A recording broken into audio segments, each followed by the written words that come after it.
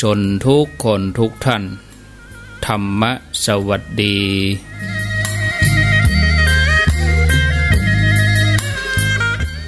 มาปะกันแถมแล้วเนอ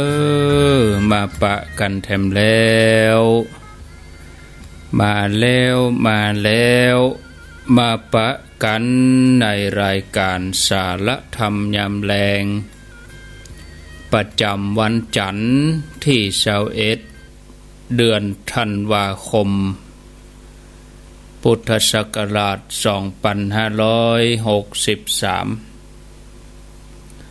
วันนี้เป็นวันเดือน4เหนือออก7ค่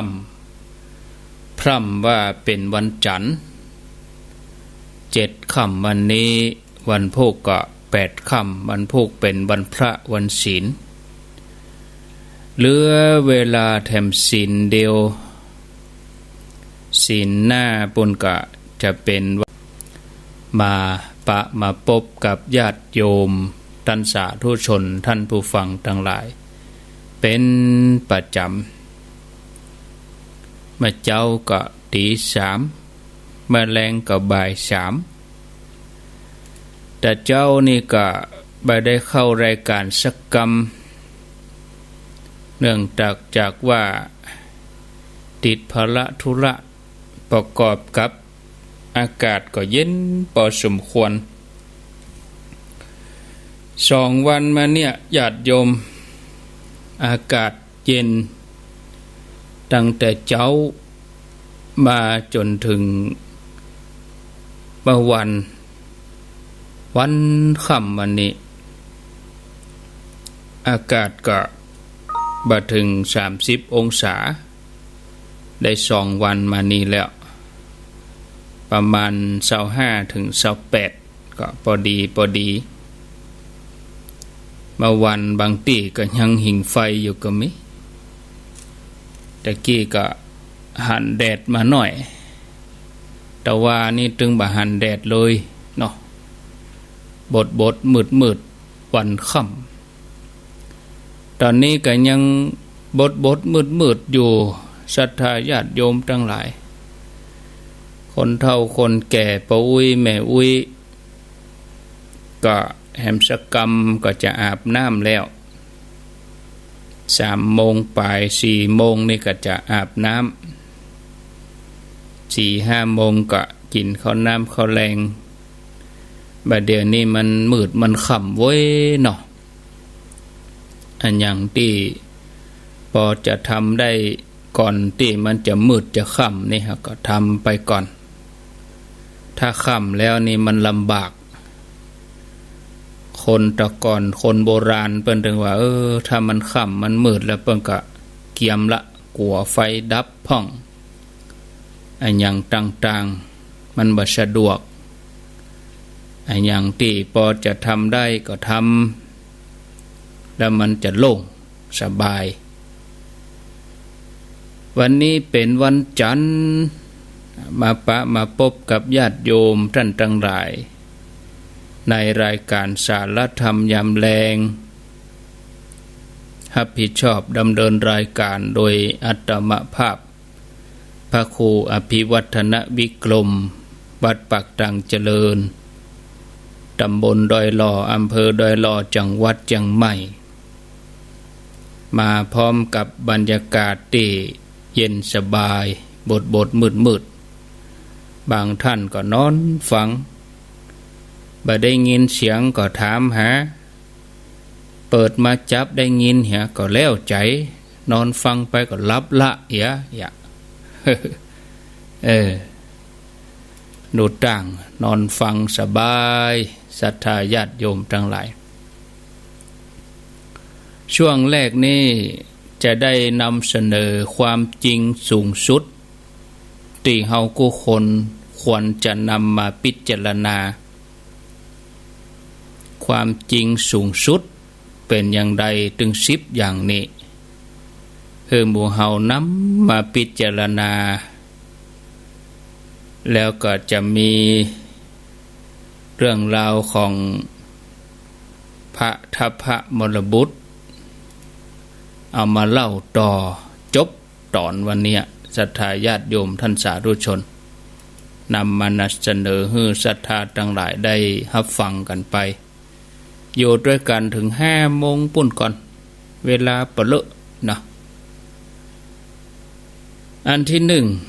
1ความจริงอย่างใดอันที่1คือที่แท้จริงแล้วสุขทุกข์บ่ได้เกิดจากภัยธรรมบ่ได้เกิดจากปัจจัยภายนอกแต่เกิดจากสิ่งที่มากระทบอายตนะมากระทบตาหูจมูกลิ้นกายใจสิ่งที่เกิดจากภายนอกปัจจัยภายนอกนั่นเป็นตัวแปร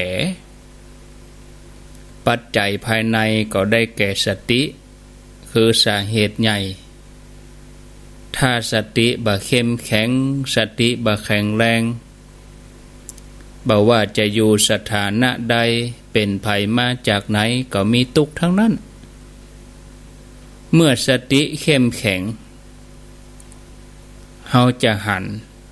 การทำงานของตาหูจมูกลิ้นกายใจเมื่อหันการทำงานจิตก็บ่ไปเสวยอารมณ์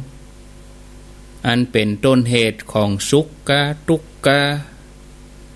สุขทุกข์ก็เลยได้รับการปรับสมดุลเพื่ออยู่ในภาวะกลางๆอันนี้เป็นห้องว่าความเบิกบานข้อที่2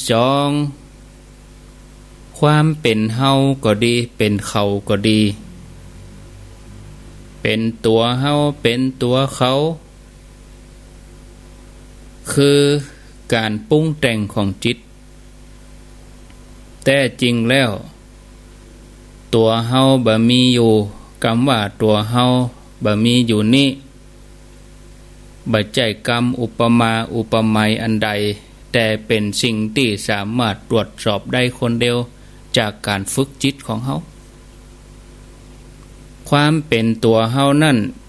เหมือนกับรถยนต์กันหนึ่งเมื่อถอดล้อออกมาล้อออกไปคนตีคนตรางเครื่องยนต์ถอดออกมาประตูกาตัวถังกาพวงมาลัยกาเกียร์กาถังน้ำมันกาเครื่องยนต์เมื่อเขาเอามาแยกส่วนสภาพความเป็นรถยนต์ก็หมดไปเมื่อเขาฝึกสติจนแยกกายความคิดจิตออกกันไปความเป็นตัวเขาก็หมดไปเมื่อความเป็นตัวเฮาหมดไปที่จะมายึดมั่นถือมั่นก็หมดไปตัวความทุกข์ทั้งหลายก็เป็นอันว่ายุติลงข้อที่3บุญบาปนั้นเป็นของมีจริงกรรมุนาวัตติโลโกสัตว์โลกย่อมเป็นไปตามกรรมทุกการกระทำของเฮาจะส่งผลสะท้อนปิกมาบ่วันใดก็วันหนึ่งบ่วันนี้ก็วันหน้าบัดจาดนี้ก็จาดหน้ากรรมอูกาการกระทำกาก็เลยเป็นสิ่งสำคัญนักกว่าที่เฮากึดอูสิ่งใดทำสิ่งใดลงไปบ่ได้จารึกเพียงโลกนี้หากแต่มันจะจารึกไว้ในสังสารวัฏอยู่ในใจของเฮาแล้วเฮาจะต้องเป็นผู้ที่รับผลของกรรมที่ตัวเองได้ทำไว้ตลอดเวลาแห่งการเวียนว่ายตายเกิดฉะนั้นให้ระวังญาติโยมระวังการกระทำของตัวเก่าไว้ให้ดีในขณะที่เฮายังมีลมหายใจอยู่เนี่ยให้ระมัดระวังกายว่าจะใจการกระทำระวังไว้ให้นักในขณะที่เฮายังมีชีวิตอยู่นี่ข้อที่4 จิตสุดท้ายก่อนที่เราจะละจากโลกนี้จิตดวงนั้นเป็นสิ่งที่จี้วัดว่าภาวะตั้งหน้าเราจะไปอย่างใดเราจะไปเกิดเป็นอะไรอย่างขณะที่จิตดวงสุดท้ายเป็นสิ่งที่ควบคุมได้ยากที่สุดในวินาทีสุดท้ายแห่งความกลัว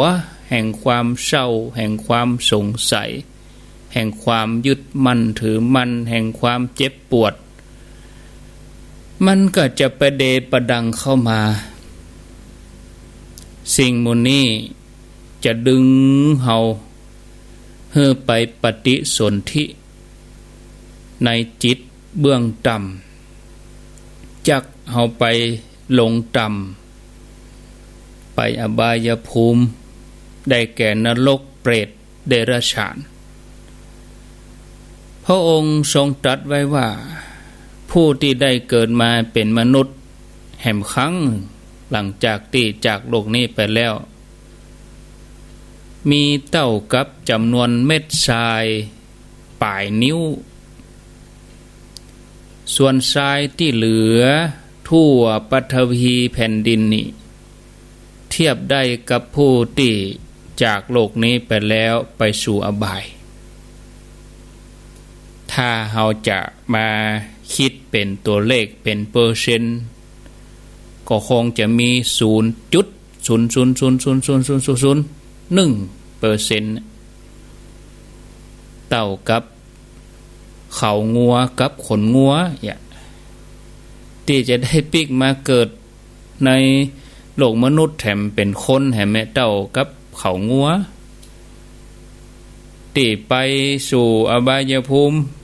เท่ากับขนงัวตัวหนึ่งนี่อันยังนักกว่าน้อยกว่าเป็นไปได้นักแต่คนตึงหมดที่เฮาฮู้จักนี่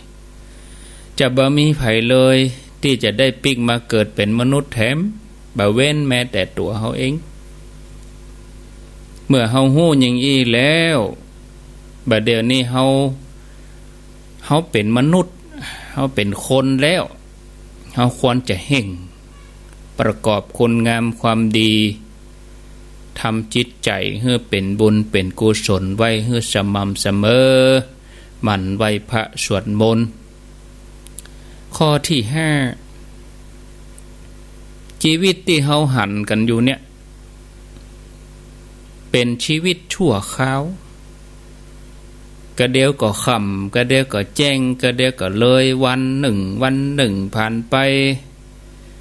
จากวันนั้นวันนี้ตลอดระยะเวลาเกือบ1 เดือนแล้วเนี่ยเดือนธันวาคมนี่เฮาไปทำอันหยังมาพ่องเฮาจะไปว่าโอ้ตัวเฮานั่นยิ่งใหญ่ตัวเฮาเนี่ยยังมีอายุยืนไปแหมเมินนี่มันบัดใจเป็นเพียงชั่วคราวเมื่อเฮาจากโลกนี้ไปแล้วสิ่งที่เฮาหิหามาด้วยความยากลำบากอาบเหือต่างน้ำด้วยความบักบั่นสิ่งที่เฮาเคยมั่นหมายสำคัญว่าอันนั้นเป็นของเฮาบ่ว่าจะเป็นวัตถุสิ่งของรถราบ้านช่องสามีภรรยาเกียรติภูมิเกียรติยศหน้าที่การงานสมบัติพัสถานที่ให้ตีหน้าความภาคภูมิใจเกียรติบัตรถึงหมดนั่นเนี่ยบ่มีอันยังเลยที่เฮาจะสามารถนำติดตัวเฮาไปได้คำถามที่สำคัญที่เฮาจะต้องกึดบัดเดี๋ยวนี้คือถึงวันนี้เฮาใจเวลาที่มีอยู่เพื่ออันหยังแน่นอนว่าเวลาเกือบถึงหมดของเฮามุ่งไปสู่สิ่งที่เฮาสามารถจะเอาติดตัวเฮาไปได้เลยคือสิ่งที่อูมาเบื้องต้นเป็นเรื่องอันตรายและเฮาควรจะปรับความคิดทำไมปรับพฤติกรรมทำไมเข้าใจเห่งปฏิบัติเถอะ บ่เคยนั่งสมาธิเลยก็นั่งสมาธิเหียบ่เคยไหว้พระสักเตื้อก็ไหว้พระใส่บาตรทำบุญเหียจะไปมัวลีลอตอนที่เฮาบ่รู้สึกตัวคือคนไปตานแทนเฮาตานคือแล้วเน้อเฮาได้กราบได้เกณฑ์คนเดียวเฮาจะไปรอเฮือที่เขามากระซิบข้างหูบอกเฮือเฮาว่านึกถึงบุญกินบุญทานซึ่งเฮาก็นึกบ่ออกสักอย่างเพราะเฮาบ่ได้ทำจะไปรอเฮือเขามาบอกว่าพุทโธเน้อไอ้ยังเป็นพุทโธเฮายังบ่ฮู้เรื่องเตื้อเนี่ยญาติโยมอันตรายนั่นคือการมีชีวิตที่มัวประมาทล้นเล่อหลงละเลงหลงโลกนะหลงจิตหลงใจอันที่6เฮาตั้งหลายล้วนเกิดมาแล้วหลายร้อยล้านชาติเป็นจำนวนที่นับบ่ได้เกิดเป็นคนรวยผ่องเกิดเป็นคนตุกผ่องเกิดเป็นคนฉลาดเป็นคนโง่เป็นคนสวยคนหล่อเป็นคนบางงามบดีเป็นปอดใจเป็นแม่ยิงเป็นนักบุญเป็นมหาโจรเป็นสัตว์4 เท่า2 เท่าหรือแม้กระทั่งไปเป็นสัตว์นรกเป็นเปรตเป็นเทวดาก็เคยมาเป็นทุกอย่างดังโพธิสัตว์เจ้านั้นฉะนั้นโอกาสนี้ชาตินี้มาดีที่เราได้เกิดมาเป็นมนุษย์เป็นคนนะถ้าชาตินี้เกิดมาดีก็บ่ได้แปลว่าชาติหน้าจะดีนะชาตินี้เป็นเศรษฐีชาติหน้าก็อาจจะไปเป็นคนทุกข์คนยากก็ได้ชาตินี้เกิดมาเป็นมนุษย์เอารัดเอาเปรียบ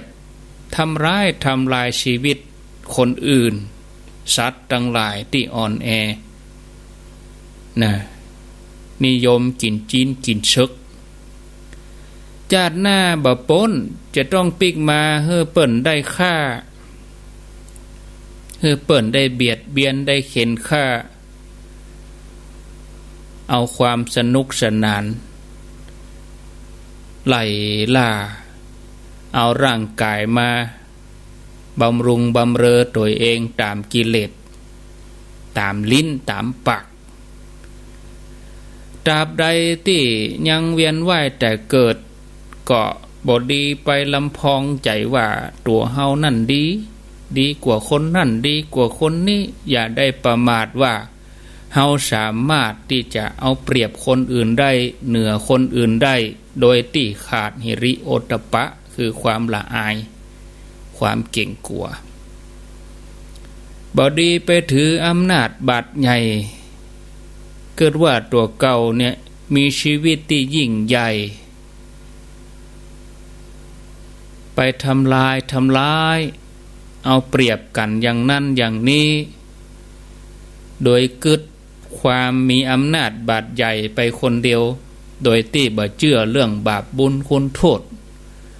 บ่เชื่อเรื่องกรรมเรื่องเวรเพราะที่จริงแล้ว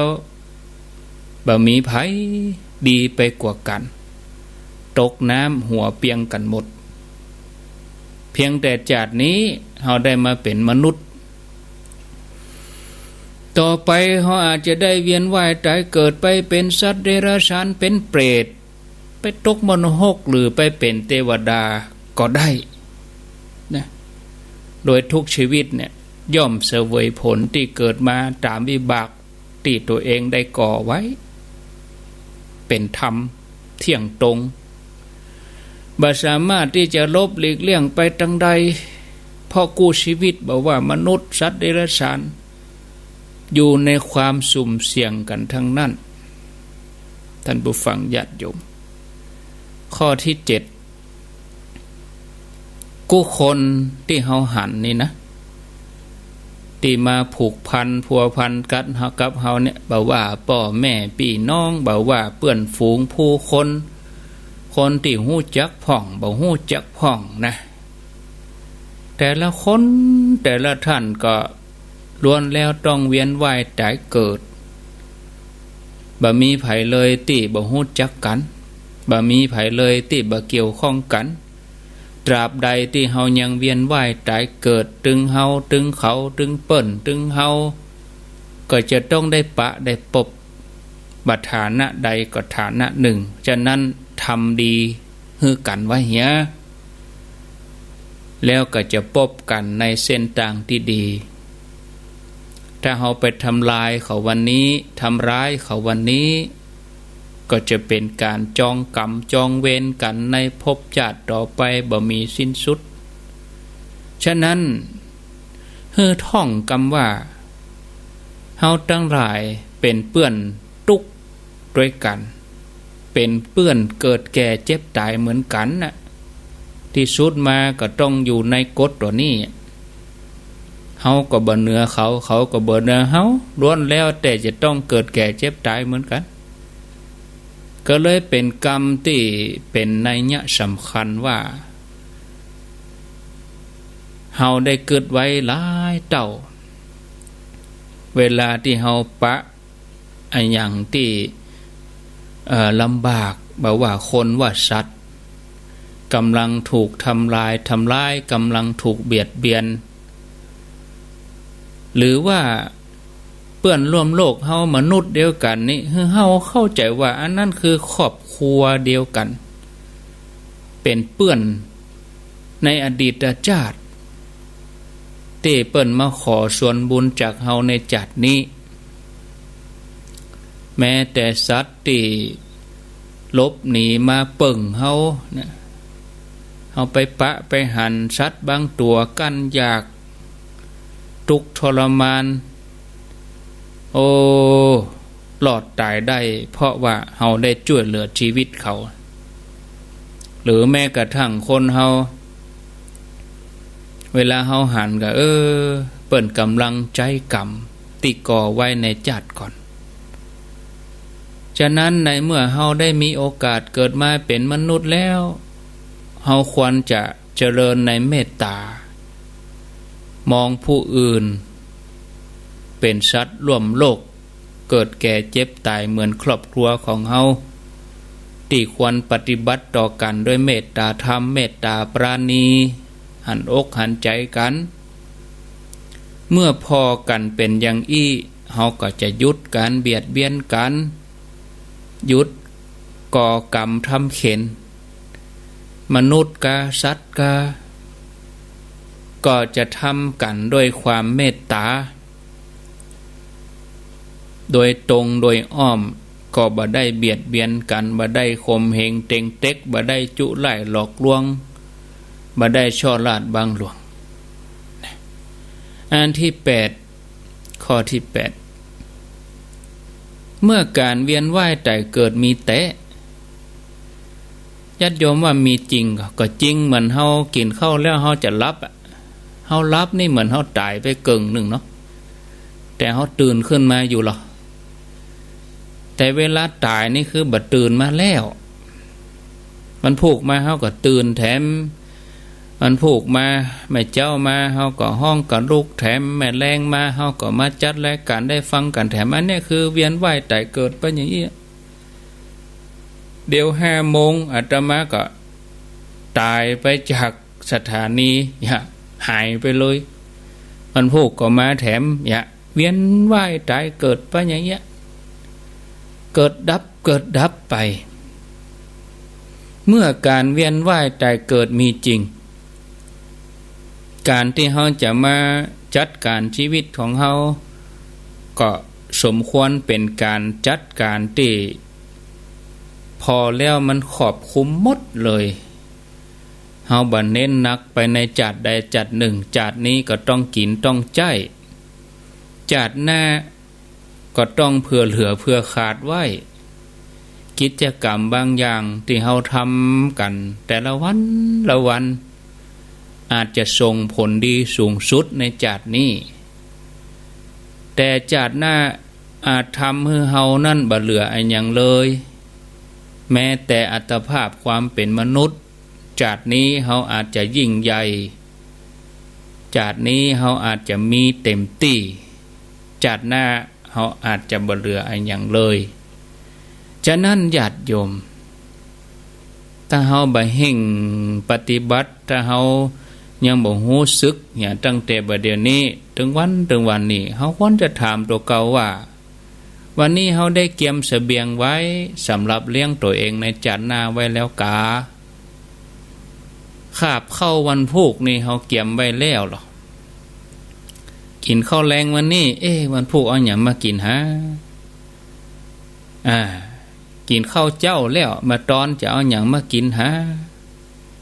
กินข้าวตอนแล้วแหมสักกรรมแมลงเอาหยังมากินข้าวแรงฮะอย่างอี้เฮายังกึดได้เนาะแล้วเสบียงที่จะติดตัวเฮาไปเลี้ยงจาดหน้าน่ะเฮามีหรือยังถ้าบ่มีก็เก็บไว้เหียเนาะจะเดินทางก็ใส่รถให้เต็มถังเลยน้ำมันนี่ไปหมดกลางทางให้ก็ยุ่งเสบียงนั่นคือข้าวห่อนำตางนั่นคือตาล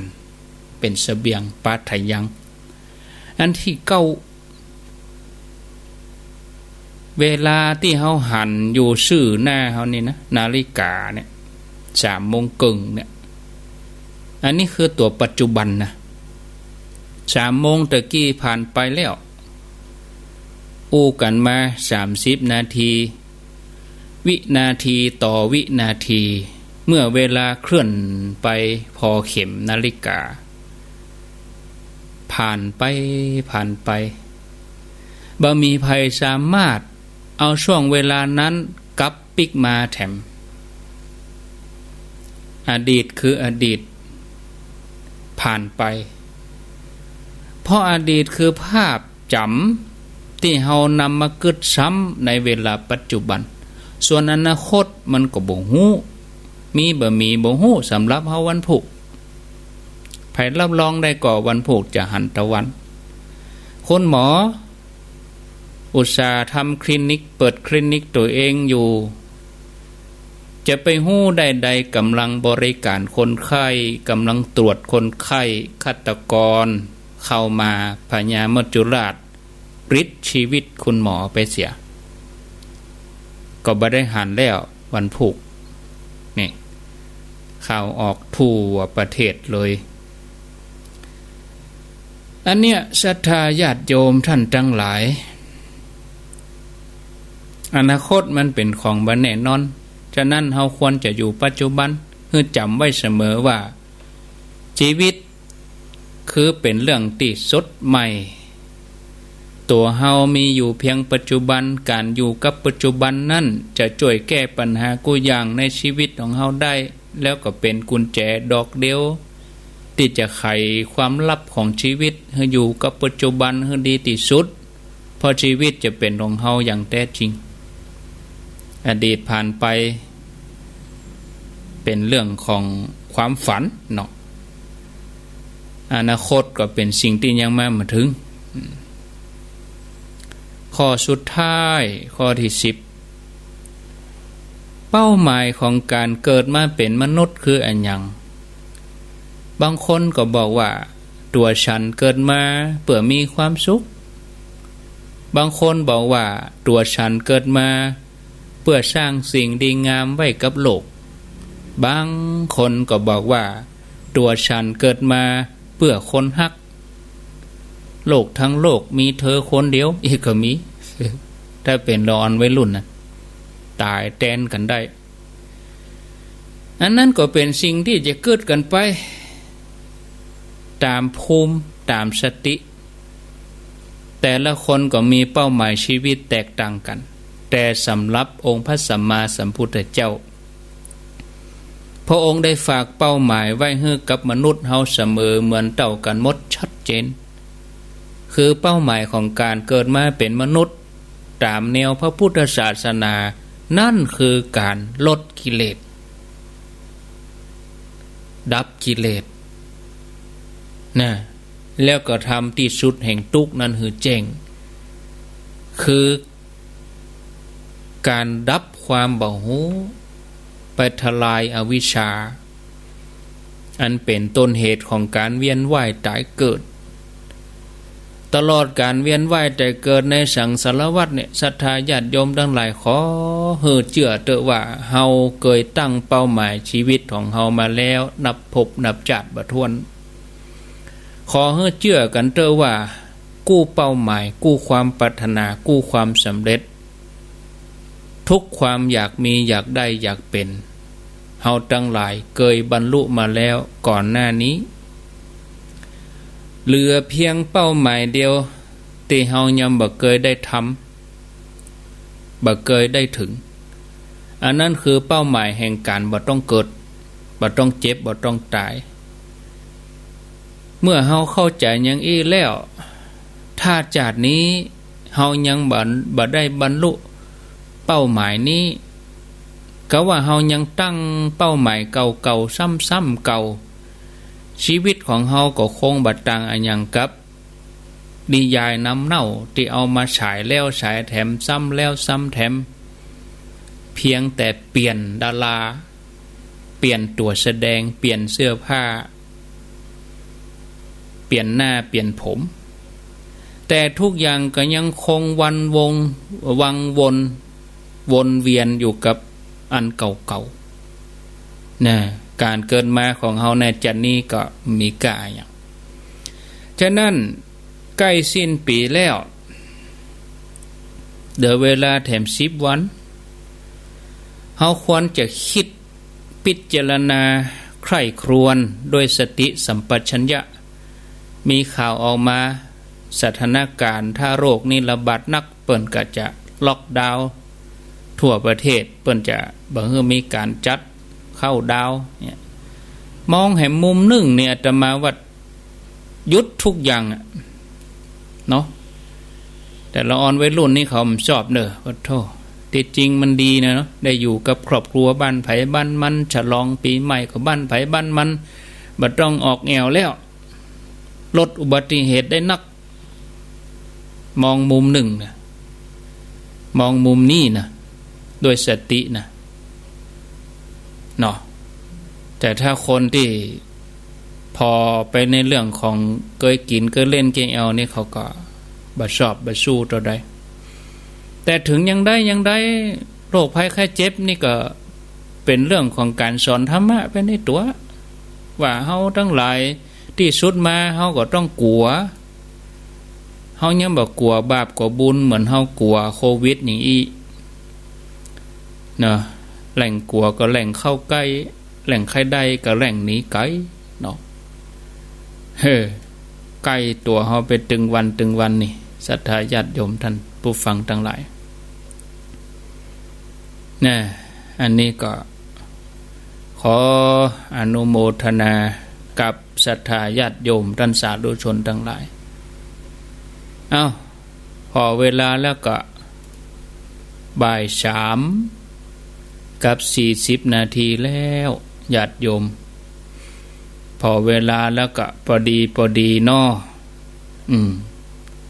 ญาติโยมท่านทั้งหลาย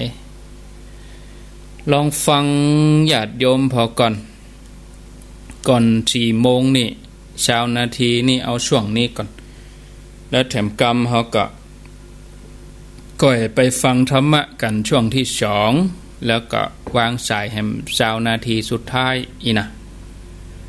การได้วางสายนี่ก็หมายถึงว่าเป็นการสื่อสาร2 ทางบ่ใจจะรับหูรับตาธรรมะไป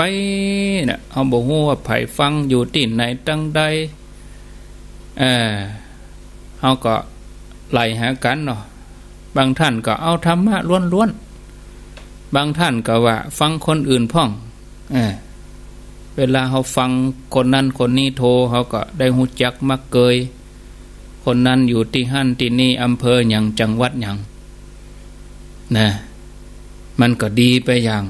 แถมอย่างนึงก็สลับสับเปลี่ยนผู้บรรยายนี่ก็ได้พักไปในตัวแต่ถ้ามีชั่วโมงเดียวนี่มีปัญหาธรรมะอย่างเดียวก็จึงได้ชั่วโมงเดียวนี่นะแต่อันนี้2 ชั่วโมงก่อนน่ะก็ต้องไล่หากันเครื่องยนต์เปิ้นยังมีผ่อน เร่งเครื่องไปอย่างเดียวกับเครื่องฮ้อนมันจะไหม้ เปิ้นยังมีเกียร์ว่างเปิ้นยังมีลดเกียร์สูงเกียร์ต่ำเนาะเอาแล้วญาติโยมท่านทั้งหลายไผจะจะโทรเข้ามากะหมายเลข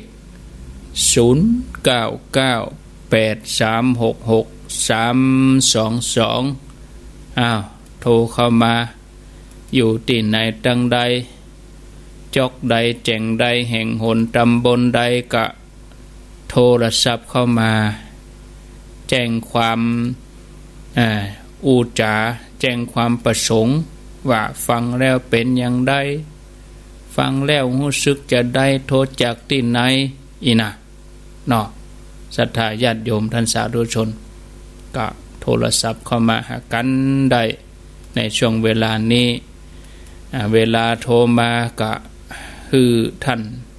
ได้ปิดวิทยุอย่าก่อนแล้วก็กับทางโทรศัพท์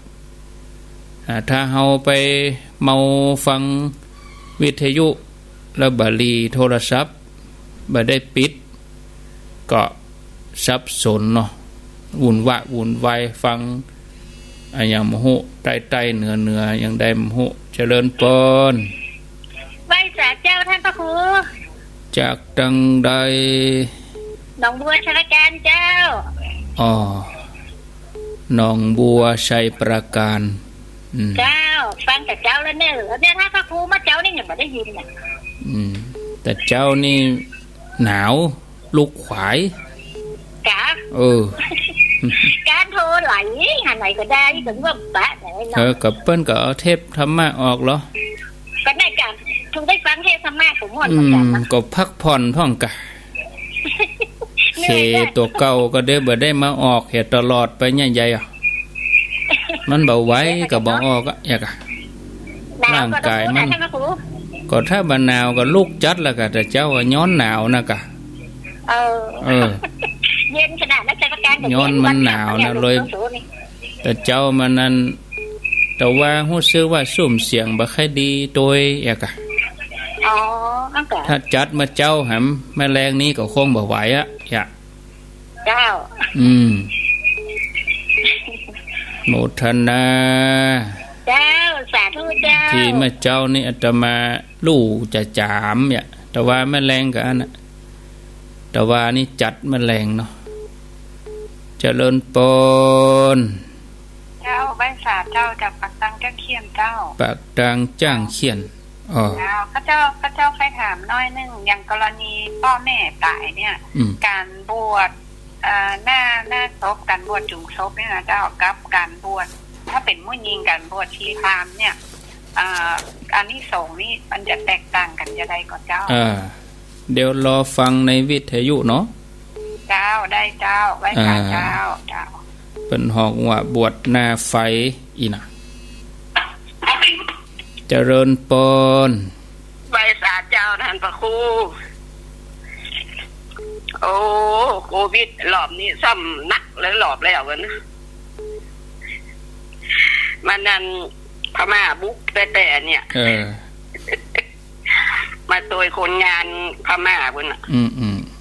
บุกประเทศไทยเอาต้องใส่ไปไหนก็ใส่เม็ดกันเฮ้ระวังตัวไว้ของชัดเจนนี่นะเจ้าท่านนาสาเจ้าสายต่อไปเจริญปนทุกตามนมัสการเจ้าท่านอาจารย์ทั้งครูพิวัฒนาวิกรมเจ้าโอ้กว่าจะโทรหาท่านสายมันตัดไปหลายรอบอ่ะเจ้าโทรจากที่ไหนเจ้าแม่อินทนินศรีตีอยู่แม่สุน้อยเมืองฝางให้เจ้าหนูได้ฟังคนที่มันประมาทมันก็มีหน้ากันนะนี่ก็ไม่ได้สนใจอย่างนะเขาก็ต้องสอนตัวเก่าฮอนะท่านเนาะคือกำลังใจท่านนะเจ้าฟังกุศลนะเจ้าโอ้แต่ว่าสถานีนี่ดับเลยได้ฟังแต่ว่ากี่โมงมันตั้งแต่เมื่อคืนวันเสาร์พุ่นน่ะแล้วก็มันติดแถมจนต้องหมดจนไปจะวันค่ำอ่ะเจ้า ก็พอดีก็ไปเลือกตั้งเนี่ยอย่างปิ๊กหน้าหัวก็ยังมาได้เตื้อก็เป็นอย่างไฟดับก็อินเทอร์เน็ตก็กะหลายอย่างหลายสาเหตุสาธุก็วิทยุบ่ดังญาติโยมเขาก็เดือดถ้าวิทยุดังนี่ญาติโยมเขาดักแชปเงียบปิ้งวิทยุถ้าว่าบ่ดังนี่นะโอ้โหบ่ได้ยินนี่เดือดร้อนฮ้อนใจถ้าได้ยินเสียงเนี่ยได้ฟังเนี่ยก็แล้วใจเนาะก็ดีนะกะ0998366322เจริญปนแต่เป็นศรัทธาใหม่เด้อศรัทธาใหม่เจ้าอยู่ที่ไหนเชียงใหม่นี่เจ้าอยู่แถวใดนี่แม่ฟังพระอาจารย์มาจนอมเมินนักแกเจ้าเป็นเปิดบันโชบันตอนเจ้าฟังเมินนักแกเมินนักแกเจ้าโอ้เจ้าอันแม่มีความว่ามันฟังแล้วมันบอกทุกที่เทศมานี่เจ้ามันม่วนทุกอย่างแล้วเข้าอกเข้าใจแล้วก็ทำให้จิตใจดีขึ้นแล้วก่อนนี้แม่เมากับอันอย่างธุรกิจต่างๆเนาะเดี๋ยวนี้แม่ตั้งดูฟังพระอาจารย์มานี่โอ้เมินนักแกละแต่ว่าเจ้าบัดได้ลูกกับเพราะว่าอันแม่บอกว่าสบายแล้วก็ยาสะดวกเมื่อแรงมันรับเจ้าครับนมัสการเด้อยินดีสาธุก็เป็นธรรมโอสถเนาะได้ยินอย่างอีกก็ดีใจการเผยแพร่เนี่ยก็คือวัตถุประสงค์คืออย่างเงี้ยนะเฮาฟังแล้วเฮามีความเข้าใจยกจิตยกใจของเฮาขึ้นมาเนี่ยบ่ใช่ว่าฟังเอาม่วนอย่างเดียวนะคือฟังให้เข้าใจแล้วนำมาไปปฏิบัตินะอันนี้เป็นจุดประสงค์หลักเลยอะเนาะญาติโยม0998366322เจริญปนฐานพระโคเจ้าโทรจากทางใดใครถามสักคำว่าตัวเจ้านี่เปิ้นตายเปิ้นกลางภาคกระดานบ่แล้วเขาลูกกันเอามาเนี่ยได้หาฐานพระโคเจ้าไม่ฟ้าเพดานนะก็เอาไปไหว้ไปฉาเอาเป็นที่ระลึกนึกถึงกุลเปิ้นนะกะเดี๋ยวว่ามันขามมันคงผีเขาเราบักกินอีกก็แล้วแต่ความเชื่อแห่งกรรมอันนั้นน่ะเนาะแล้วแต่ความเชื่อแล้วนักกะเจ้าใครหูเอามาเนี่ยได้อีน่ะมันแล้วใจเขายังไปลู่หวายลูกนิมิตนะกะได้มาก็เอามาลุ่มใส่กับคนใส่สายสร้อยก็หายไปเช่นกระเดียวลุ่มกันเนี่ยมันคืดบัจ้าอย่างเนาะท่านพระโคบ่คืดบัจ้าอย่างเอาไปก็ดีนะกะเอาไปไว้ให้ถูกตีเนอะเอาไว้ถูกตีเดี๋ยวเอามาดีอีกก็ดีนะกะมาเนาะจุกมีลาบถ้าขี้ค้านมันกับมีขี้ผื่นมันก็จะไปโรยจะได้ก็กันท่านดักกะมันประกอบได้มันก็บ่ได้เนาะมันประกอบหลายอย่างอันนั้นมันเป็นส่วนหนึ่งเป็นกำลังใจส่วนหนึ่งอีนะวันนั้นเขาถ้าจะรู้กันเนาะวัดตกตอกนี่ไปหันเตียนเนี่ยวัดสันตเปาดิพ่อครูอ้ายน่ะก็รู้กันเนี่ยแล้วอันนี้มันจะไม่ก็ได้ถามเขาเจ้าก็ไม่อะไรเจ้าความศรัทธาเปิ้นเนาะเจ้าความศรัทธาเปิ้นอันนี้ก็แล้วแต่บุคคลเนาะถ้ามันไม่มันจะเป็นจะได้ท่านพระโคไม่ก็มาตัดแถมกะมาตัดแบ่งกันแถมกะมันไม่ก็เอาลงมาก็ตัดแบ่งกันแถมตนได้ตนเท่าตนแก่ซ้ำบ่เหลือบ่ค้างแต่เหลือขี้หมากยังตวงเอาอันนี้วัดตกตองนี่มีอายุได้55จ้ะหรอนะกะแล้วแต่เปิ้นเนาะมันเป็นความศรัทธา80ปลายกันเนาะศรัทธาที่เปิ้นมีต่อครูบาสังฆะนะนี่โล โมทนาเนอะเจ้าอันนี้ที่ไหนอยู่ที่ไหนฮะอยู่บ้านหนองแยงเนี่ยตำบลหนองแยงอำเภอสันทรายเนี่ยหนองแยงนี่กะได้ยินชัดดีเนาะก็โทรมามันบัดติดกันบัดตันนะติดแล้วเหรอเดี๋ยวนี้ตันแล้วติดแล้วตัวเลือช่างง่ายมันมีวันขาดสายกันแล้วอ่ะเป็นยาได้กันแล้วอ่ะเปิ้นบัดตันก็ตรวจกันก็ยังเดี๋ยวนี้ก็ไอ้แม่อู้อวบคนอื่นก็บัดตันเหมือนกันนะกะเจ้าก็ปั่นกันคนน้อยเฮาอู้เมินคนอื่นก็เข้าไม่ได้เจ้าอู้น้อยตัดไปก็น้อยใจเจ้าโมทนาบางทีก็ศรัทธาก็ใครอู้เมินอย่างเฮาอู้เฮาก็ไล่หากันนะกะนมัสการเจ้าจากตังได้สันทรายสักยอมเจ้าจากสันทรายเนาะเจ้าวันนี้ฟังแล้วสบายใจดีเจ้าสบายใจดีเนาะเจ้าฟังแล้วดีใจเจ้าได้ฟังแล้วสบายใจเจ้าถึงวันน่ะได้ฟังแล้วก็ม่วนใจดีแล้วกะเจ้าจิตใจสู้มาหน่อยเจ้าเดี๋ยวก็ฟังกันแถมช่วงหนึ่งเนาะเจ้านมัสการนะเจ้าอันนี้พี่น้องสันขันยอมสันทรายก็ได้ยินญาติโยมเขาฟังนักฟังหลายอีกก็ดีใจนะท่านผู้ฟังเขาทุกเพศทุกวัยเนาะโทรมาเตอะนะบอกว่าจะคนที่ไหนตั้งใดเนาะจะฮับไปถึง4 โมงข้างแถม8 นาทีเจริญปนไปสายเจ้าท่านอาจารย์แม่กิมลันเจ้าแม่กิมลันแม่กิมลันบวกคกกะเจ้าไม่ได้เจ้าว่าจะได้แม่กิมลันอัน1 ปีนี้แม่ได้ฟังน้ำธรรมคำสอนของครูบาอาจารย์ก็ได้เอาไปพัฒนาจิตใจตัวเองธรรมะรักษาจิตใจได้จริงเจ้าแม่ก็ขอกราบขอบคุณพระครูวิสุวัฒน์ผอ.สถานี104.5นะเจ้าที่เอาครูบาอาจารย์มาเผยแผ่ธรรมะถึงบ้านถึงจองก็ทำให้แม่ได้เข้าถึงคำว่าธรรมะง่ายขึ้นเอาไปปฏิบัติที่ถูกต้องแล้วก็กราบขอบคุณท่านอาจารย์ที่วัดที่กรมเป็นเจ้าน้ำคำสอนรายละเอียดทุกคำ1 ปีที่แม่ได้ฟังแม่จะจดจะจำเอาไปพัฒนาจิตใจตัวเองดีแล้วขอบคุณเจ้าท่านอาจารย์พระเจ้าอันนี้คือฟังแล้วเอามาพัฒนาตัวเองนะคือมาตรอง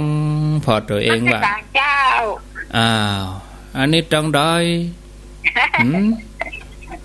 เจ้าที่ไหนนี่ยังได้ฮะโอ้น้องกดแดงนี่อยู่ตั้งสันทรายแม่นก็สันกำแพงเนาะยายพรวันนี้มันบดวันเนี่ยแต่ว่ากับบดวันนี้กับบดถ้ากับมันหนาวชิ้นหน่อยนะบดลาวหนาวห่อจะแปะน้ำกอก็แปะกะกะเดียวก็ใครใจอาบเด้ออาบน้ำมาคันเด้อคันจุ๋ยกะเดียวก็อาบน้ำเห็นเด้อเจ้ยบ่อาบบ่หกบ่ว่ะปุ๊อยู่ไปอาบค่ำกะไปอาบค่ำข้าเจน5 โมงปลาย5 โมงเกิงนี่ก็อาบปะกะถ้าอาบน้ำอุ่นนะกับเดียวหนาวจัดเลยถ้าอาบน้ำเย็นนี่อุ่นจะรู้เนาะเน็ตแต่ยายพรนี่ยินดีที่โทรมาโอ้ก็หนาวพ่องกาตุ้มผ้าบางอีลูกเจ้าก็มีหนาวพ่องนักกะตุ่มผ้าพ่องใส่หมวกไปเด้ก็ใส่หมวกให้แน่นี่ใส่หมวกอุ่น3 โมงว่ะถุงข้าวก็ยังก็โมกใช่ยังนักกะสร้างความอบอุ่นให้ร่างกายเนาะ เจ้าวันพวกก้อยปะกันเนอยายพรเจ้ามาจากการเจ้าไปเอี่ยวบ้านตึงวันเอี่ยวบ้านจัดถาเจ้ามาก็ไปเอี่ยวขำมาแรงมาก็ไปเอี่ยวหาเอาธรรมะไปถึงบ้านถึงจองถึงหอถึงเฮือนเนาะฟังกันม่วนใจกันก็เป็นบุญนะต่างคนต่างได้บุญญาติโยมเขาฟังแล้วม่วนใจก็เป็นบุญอาตมาตั้งหลายพระสงฆ์ตั้งหลายมาเผยแผ่ธรรมะเมื่อศรัทธาเขาได้ฟังก็เป็นธรรมทานก็เป็นบุญเนี่ยบุญต่อบุญเนาะสถานีวิทยุเปิ่นก็ได้บุญตั้งขึ้นมาเผยแผ่ธรรมะก็ตรงตามจุดประสงค์ตามเจตนาเนาะสถานีพระพุทธศาสนาเจริญปนไหว้สาเจ้าอันนี้เจ้าจังใด